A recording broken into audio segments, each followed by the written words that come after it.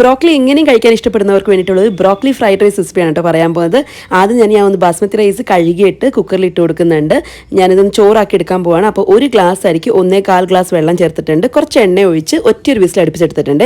ഇത് അരിയൊക്കെ നന്നായിട്ട് വെന്ത് കിട്ടിയിട്ടുണ്ട്. ഇനി നമുക്ക് ഫ്രൈഡ് റൈസ് ഉണ്ടാക്കി എടുക്കാം. അതിനായിട്ട് ഞാൻ ഇന്ന് യൂസ് ചെയ്യുന്ന കടായി വന്നിട്ട് ഷെഫ് വാവ് എന്ന് പറഞ്ഞിട്ടുള്ള ഇൻസ്റ്റാഗ്രാം പേജിൽ നിന്ന് എനിക്ക് അയച്ചു തന്നതാണ്. ഇതൊരു കാസ്റ്റ് അയൺ പ്രൊഡക്റ്റ് ആണ് കേട്ടോ.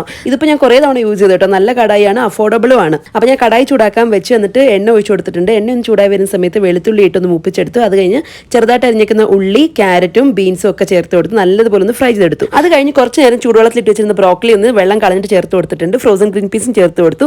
ഇനി എല്ലാം നല്ലതുപോലെ ഒന്ന് ഫ്രൈ ചെയ്ത് ബ്രോക്കലിയൊക്കെ അത്യാവശ്യം ഒന്ന് വെന്ത് വരുന്ന സമയത്ത് സോയ സോസും റെഡ് ചില്ലി സോസും ചേർത്ത് കൊടുത്ത് എല്ലാം നന്നായിട്ടൊന്ന് ചൂടാക്കി എടുത്തു. അത് കഴിഞ്ഞ് നമ്മൾ വേവിച്ച് വെച്ചിരിക്കുന്ന ചോറും പെപ്പർ പൗഡറും ചേർത്തിട്ട് ഹൈ ഫ്ലെയിമിൽ നന്നായിട്ടൊന്ന് ഫ്രൈ ചെയ്തെടുത്തു കേട്ടോ. ലാസ്റ്റിൽ കുറച്ച് സ്ക്രാമ്പിൾഡ് എഗ് കൂടി ഇട്ട് കഴിഞ്ഞാൽ അടിപൊളി ബ്രോക്കലി ഫ്രൈഡ് റൈസ് റെഡിയാണ്. ഡീറ്റെയിൽ വീഡിയോ ഓൾറെഡി അപ്ലോഡ് ചെയ്തിട്ടുണ്ട്. അതുപോലെ പ്രോഡക്റ്റ് ഡീറ്റെയിൽസ് ഞാൻ ഇവിടെ കമന്റ് സെക്ഷനിൽ മെൻഷൻ ചെയ്തിട്ടുണ്ട്. ചെക്ക് ചെയ്ത് നോക്കാം. ടാറ്റാ.